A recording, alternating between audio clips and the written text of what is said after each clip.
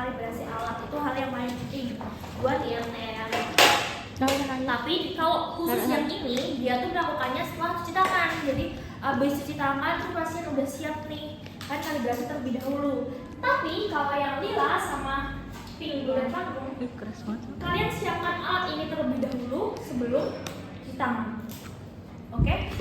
Ini namanya apa? Meteran. Medline. Jadi jangan sampai salah namanya, oke? Terus setelah itu kalian yang pertama dari semua stase pasti yang pertama harus nupas. Nupas apa sih? Anamnesis, nama, usia, pekerjaan, alamat, Oke, pintar, opsinya one shot. Terus habis itu selain itu kita ada juga cuci tangan itu pasti ya wajib. Terus habis itu kamu harus jelasin nih ke pasien, minta kesediaan juga.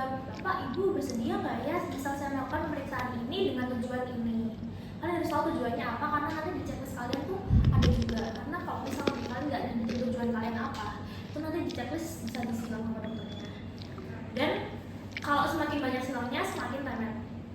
Tapi kalau misal pun kamu ada banyak gini, kalau OC itu tergantung hoki-hoki sama dosennya. Ada suatu checklist yang benar-benar perlu dilakuin. Misal kalian salah di satu checklist tersebut, otomatis bisa langsung remet. Contohnya interpretasi. Kalau di antropometri, yang paling penting itu interpretasi. Mungkin Mbak Siti bisa bantu menjelaskan interpretasinya. Oke, jadi lanjut. Mungkin yang pertama itu kan Sambil mereka katanya mau latihan Mbak. Ayo sini, Austin berdiri. oke. Austin, namanya sama aja. Aura. Nama? Maura. Hah? Aura, Austin. Oke. Coba sekarang Aura boleh berdiri juga. Boleh dong berdiri. Oke. Bisa nggak? Mungkin kamu jadi probatusnya ya. Jadi Nih, kamu sini dulu. Jangan kaku ya, santai. Kenal saja. Jadi Oke.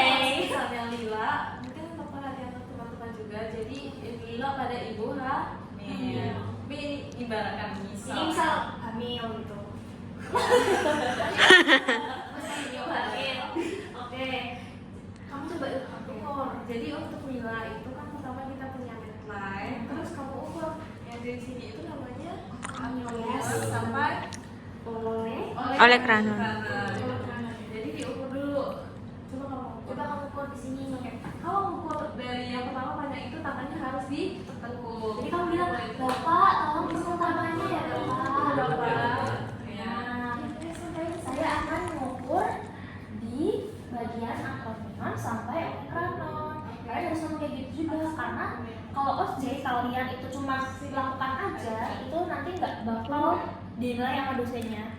Jadi kalian apa yang kalian lakukan harus kalian ucapkan. Iya. Konsepnya Berarti seperti itu. tangannya kan ada di 20. Oke, Bapak tangannya boleh oke Bu, tangannya boleh diluruskan. Jadi kemudian nanti kita masuk lingkar. Saya akan mengukur lingkar. Saya akan mengukur lingkar lengan pada pasien. Harus ngomong juga karena kalau ngomong baik lagi nanti dokternya nggak tahu. Oke, setelah kita ukur panjangnya dan juga lingkarnya 3 kali ya masing-masing, kita interpretasikan hasilnya. Tadi berapa hasilnya? 30. Oke, dan berarti berdasarkan hasil pemeriksaan yang telah dilakukan, untuk lingkar lengan pada pasien itu ada di angka 30, yang mana hasilnya itu dalam keadaan normal ataupun baik. Berapa sih kadar yang kalau misalnya kita bilang itu enggak baik atau dia itu mengalami KEK atau kekurangan energi kronis, itu ketika dia berada di bawah angka 23,5 untuk ibu hamil. Oke, setelah kita interpretasikan, jadi kita bisa langsung cuci tangan. Mungkin udah itu aja. Terus Kalau 3 kali. Semuanya 3 kali. Berapa kali? Ini 3 kali, di badan 3 kali, panggul pinggang, pinggang panggul 3 kali.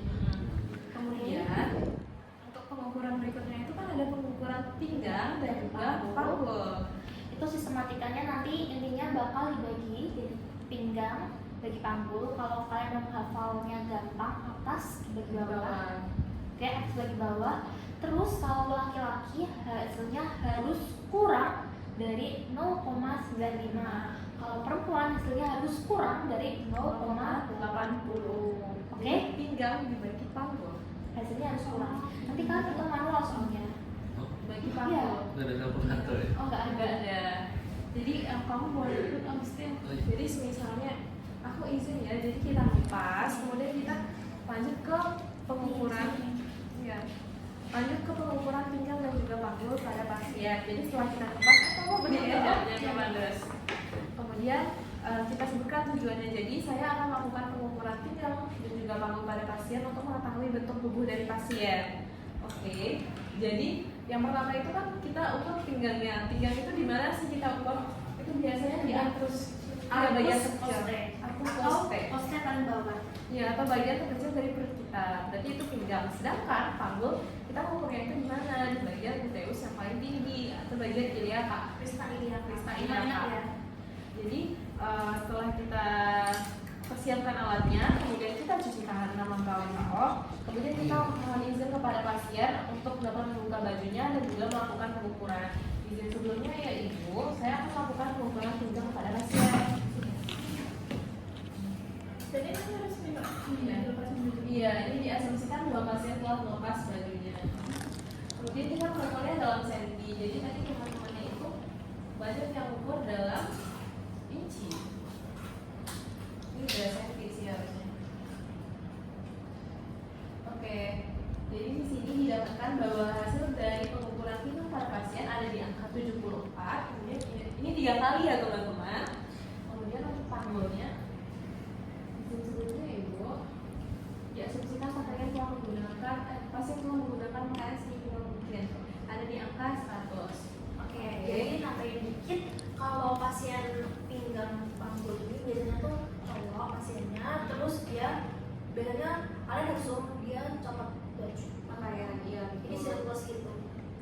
Jadi pengukurannya 3 kali ya teman-teman, bisa di pinggangnya 3 kali, di panggulnya 3 kali. Kemudian gimana sih kita bisa mengetahui kadarnya kalau misalnya pasien itu ada di angka yang tidak normal. Jadi kalau yang laki-laki tadi itu di bawah 0,95, sedangkan kalau untuk perempuan di bawah angka 0,80. Jadi tadi misalnya tadi Aura, ya Aura tadi kan ada di angka 73 dibagi 100 ada di angka 0,73 yang arti berada dalam keadaan normal, dia juga overweight kayak gitu.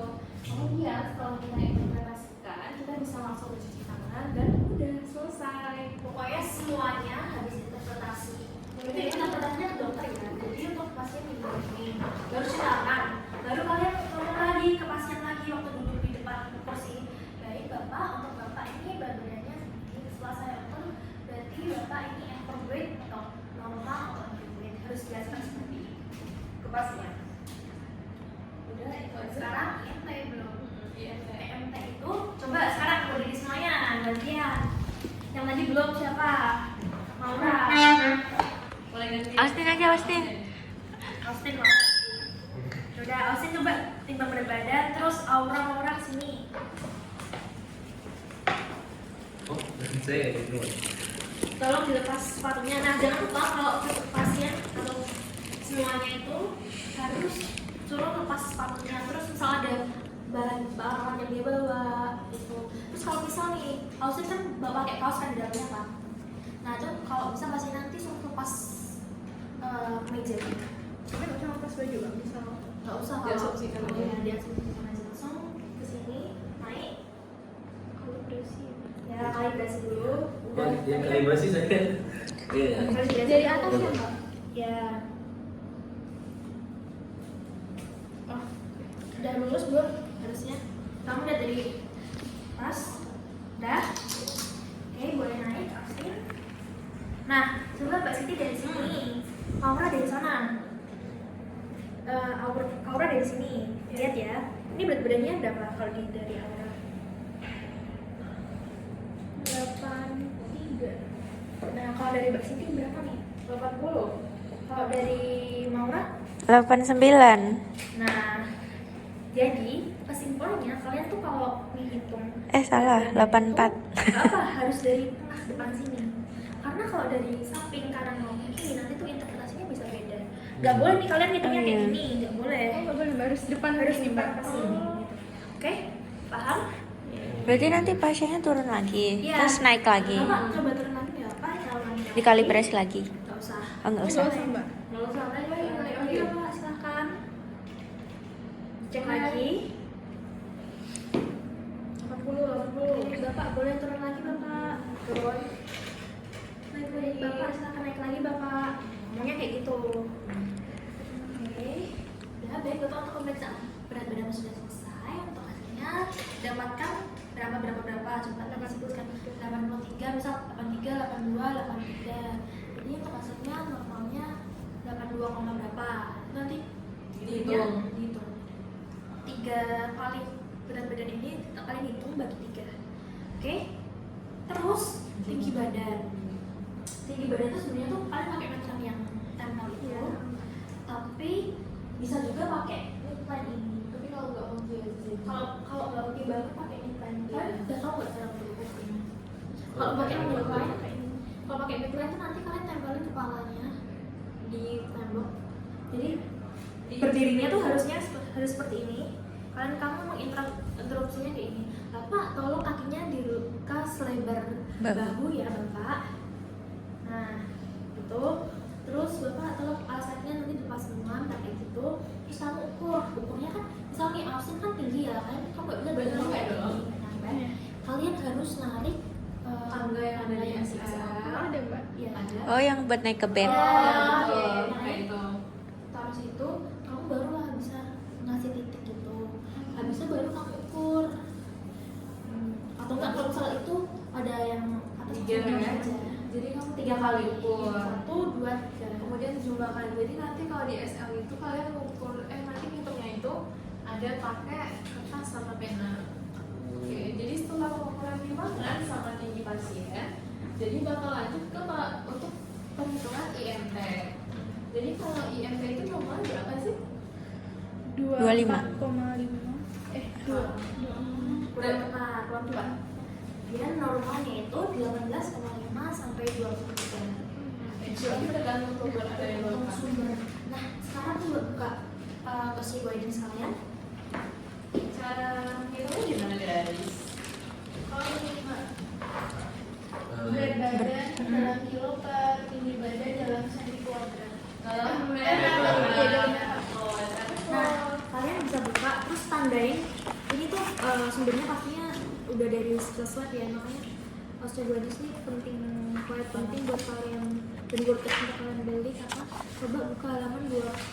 Nah nih 54. Ini nih. Nah, ini harus banget dipelajari, wajib hafal. Jadi nanti karena besok nggak ada ini, nggak ada tanggal kayak ini, nggak ada. Jadi kan harus hafal 54. Jadi nanti itu kan ada yang untuk hasilnya pasien tuh overweight, ada underweight, ada yang normal. Jadi itu diingat-ingat ya teman-teman.